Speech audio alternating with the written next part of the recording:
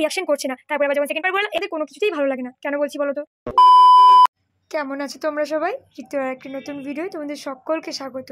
দিনের শুরুটা আমাদের কিন্তু সাধারণত মোমোকে দিয়েই হয়, তাই মোমোকে একটু জানলার ধারেই বসিয়ে দিয়েছিলাম, সুন্দর বাতাস দিচ্ছিল বেশ।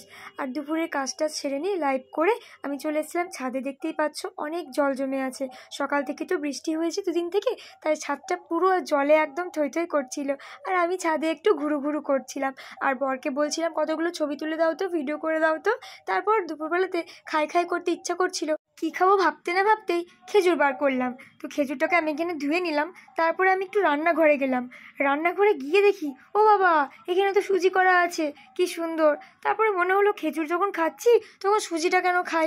তখন আমি ধুয়ে নিলাম খেজুরটা, আর ভরবো না, সেই জন্য ডিশ নিয়ে আমি খেজুর নিয়ে নিলাম। আর এখানে দেখলাম রান্নাঘরে কলা রাখা ছিল, তো কলাটাও আমি নিয়ে নিলাম। আর বারান্দায় বসতেই বাইরের পরিবেশটা কত সুন্দর লাগছে দেখো, চারিদিকে সবুজ গাছপালা, ভিজে রয়েছে পাতা, কি সুন্দর হাওয়া বইছে।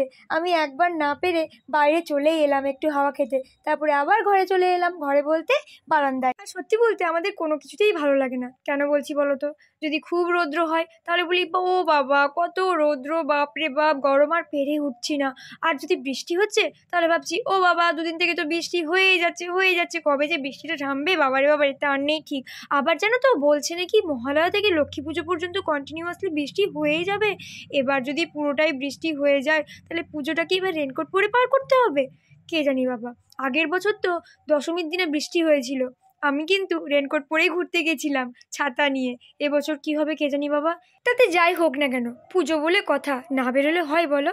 ওদিকে আমি খেয়ে নিয়ে চলে এলাম তরকারি কাটতে। রাত্রের মেনুর জন্য রান্না হবে, তো রাত্রের মেনুতে হবে রুটি, আলুর দম আর মোচাটা কাল করব, সেই জন্য আজকে সমস্ত কিছু ভাবলাম কেটে নিই। তাই আমি এখানে আলু কাটতে বসে গেলাম। এই যে ছিলারটা দেখছো না বন্ধুরা, এইটা আমি মেলায় কিনেছিলাম, কিন্তু এর আগে একটা সবুজ রঙের এর থেকেও খুব সুন্দর একটা ছিলার ছিল, যেটা খুব ভালো ছিল।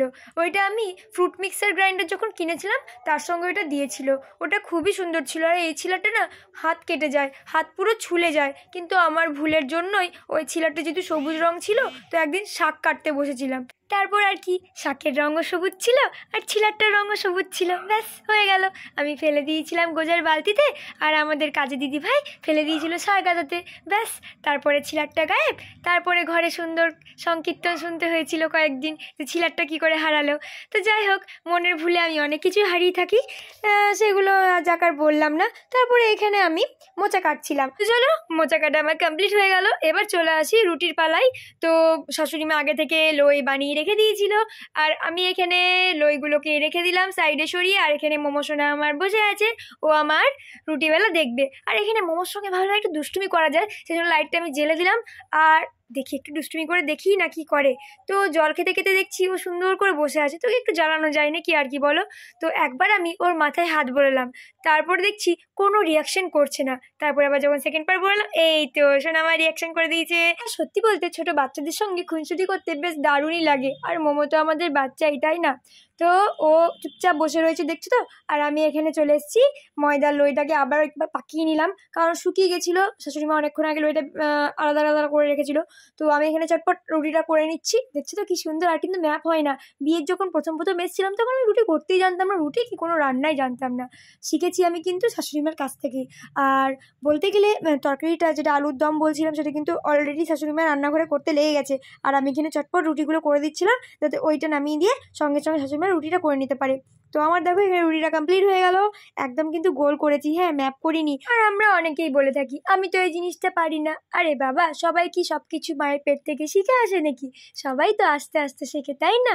সব কিছুই অভ্যাসের দাস, মনে রাখবে।